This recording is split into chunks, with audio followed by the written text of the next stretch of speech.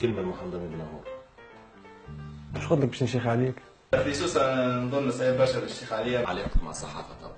لا، علاقتي باهية مع الصحافة صارت سوء تفاهم وإن شاء الله العباد ما ياخذوهاش معناها بنية خايبة. عمري ما قلت صحافي ما نعملش انترفيو ولا صارت لي مشكلة. جوار كورت معاه في الصغر، واليوم كي تشوفوا كيفاش هو ولا تقول عمري ما كنت نتصور باش يوصل هكا معناها. فرجاني ساسي قبل كان ما يلعبش وتوا تبارك الله عليه.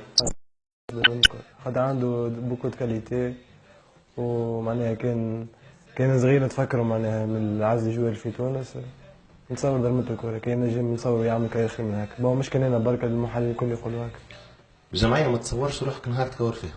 أما جماعة برك نتصور روحي نلعب فيها ليتوالك. ما فهميش كل شيء إسرائيل. إسرائيل. الشعب العربي أكثر جور بوغوس في تونس.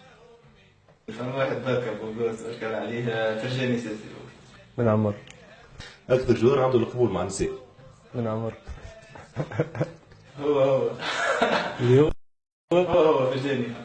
بنات بتحبك كل البنات حلوين طبعا يا سيدي يا بختك وانت اللي زيك مين؟ ملاعب تتمنى عمرك ما تلعب معاه في الجمعية. خايف السؤال هذا، ما عنديش حتى مشكلة مع حتى الجوار. ما عنديش. تاج. عليه؟ كيك. أحلى بلاد زرتها في حياتك. برشلونة. تركي.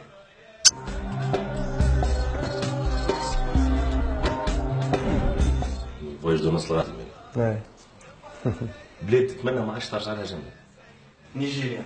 نيجيريا خويا شفنا الويل.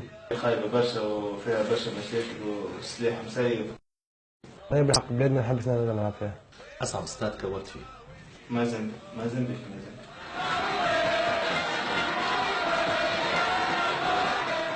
صدق عليك هناك. الأصعب من موزمبيق في موزمبيق وأصعب برشا موتسويل. حسب رأيك أنت أزين امرأة في الدنيا شكون؟ أمي أزين نعم.